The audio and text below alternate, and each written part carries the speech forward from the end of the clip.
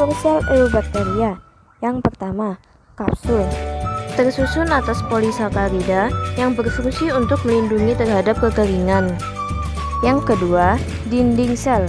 Bahan penyusun dinding sel adalah peptidoglikan, berfungsi memberi bentuk tubuh sehingga bentuknya tetap.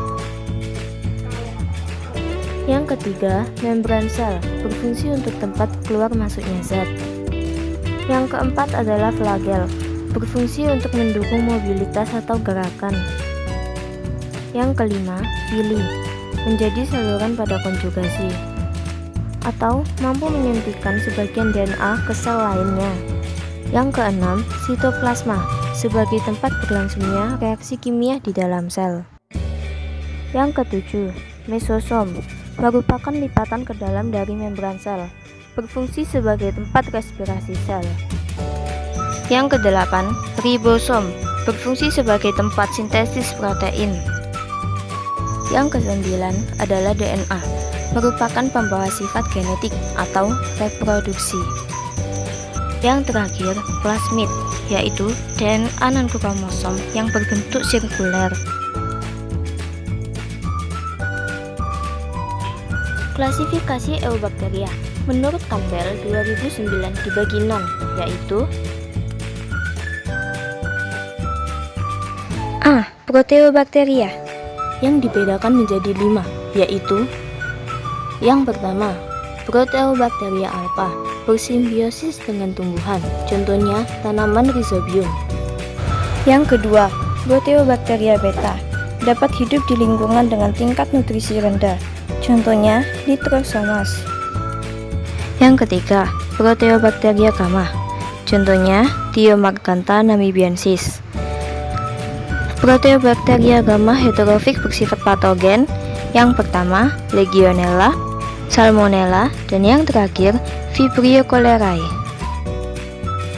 Proteobacteria gamma tidak bersifat patogen, contohnya Escherichia coli.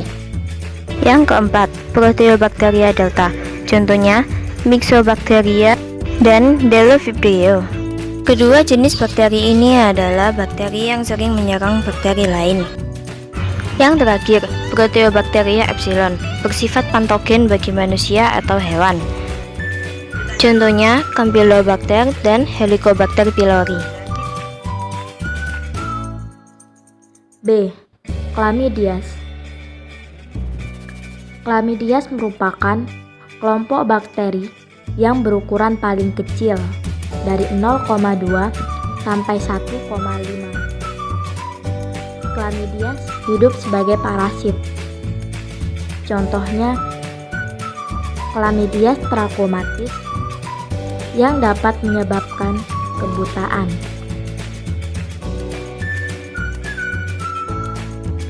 C. Spirochetes. Spirochetes memiliki bentuk spiral dengan panjang 5-250.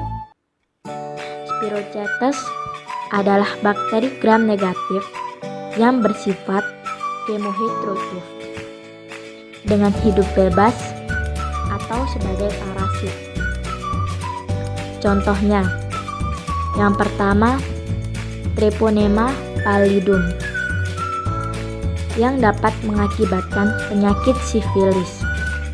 Yang kedua, Borrelia burgdorferi yang dapat menyebabkan penyakit Lyme atau Lyme disease.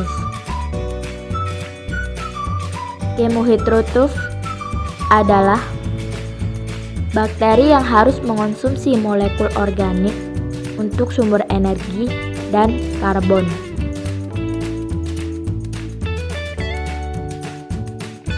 D. Bakteri gram positif. Bakteri gram positif ada yang dapat berfotosintesis dan ada yang bersifat kemoheterotroph. Bakteri gram positif dapat membentuk endospora ketika keadaan lingkungan kurang menguntungkan. Contohnya, yang pertama, Clostridium botulinum. Yang kedua, Bacillus anthracis. Yang ketiga, Staphylococcus. Yang keempat, Streptococcus. Dan yang kelima, Streptomyces. Cyanobacteria yang dikenal dengan nama ganggang hijau, biru, atau blue-green algae dan bersel satu dan ada yang bersel banyak. Mempunyai pigmen klorofil, karoten, dan pigmen tambahan. Contohnya adalah Anabaena, Oscillatoria rubescens. Berdasarkan sumber nutrisinya, bakteri autotrof, bakteri yang memperoleh makanan dengan cara mengubah bahan anorganik menjadi bahan organik. Berdasarkan sumber energi, bakteri fotoautotrof adalah bakteri yang memanfaatkan cahaya matahari sebagai sumber energi. Contohnya seperti bakteri hijau. Bakteri hijau memiliki pigmen hijau, dan bakteri ungu memiliki pigmen ungu, merah, dan kuning. Yang kedua, bakteri chemoautotrof. Bakteri yang memperoleh energi dengan cara mengoksidasi senyawa-senyawa bahan anorganik. Contohnya seperti Nitrosomonas, Nitrobacter, Thiobacillus, dan Gallionella dan Hydrogenobacter. B. Bakteri heterotrof. Bakteri yang memperoleh energi dari bahan organik yang berada di sekitarnya. Bersifat parasit dan saprofit. 1. Bersifat parasit, memperoleh makanan dan inangnya. Bersifat patogen atau dapat mengakibatkan penyakit. Contohnya, Mycobacterium tuberculosis yang mengakibatkan TBC pada manusia. Bersifat saprofit, memperoleh makanan dengan cara merombak bahan organik yang berupa sisa-sisa organisme. Merupakan organisme pengurai. Bersifat apatogen. Escherichia coli. Dan terakhir, Clostridium sporogeus.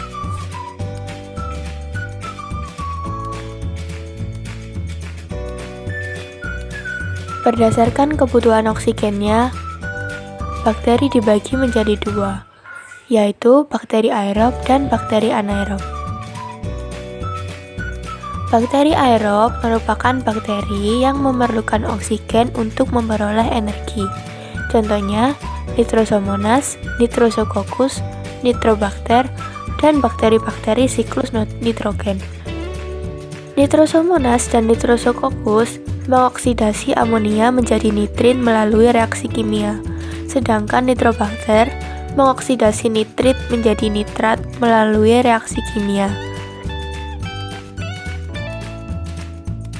Yang kedua ada bakteri anaerob, yaitu bakteri yang tidak memerlukan oksigen atau fermentasi. Bakteri anaerob memperoleh energi dari perombakan senyawa organik melalui fermentasi. Bakteri anaerob ada dua jenis, yaitu anaerob obligat dan anaerob fakultatif. Anaerob obligat hanya dapat hidup tanpa oksigen atau oksigen racun. Contohnya, Micrococcus dentrificans, Clostridium botulinum, Clostridium tetani. Sedangkan anaerob fakultatif dapat hidup dengan atau tanpa oksigen. Contohnya, Escherichia coli dan Lactobacillus.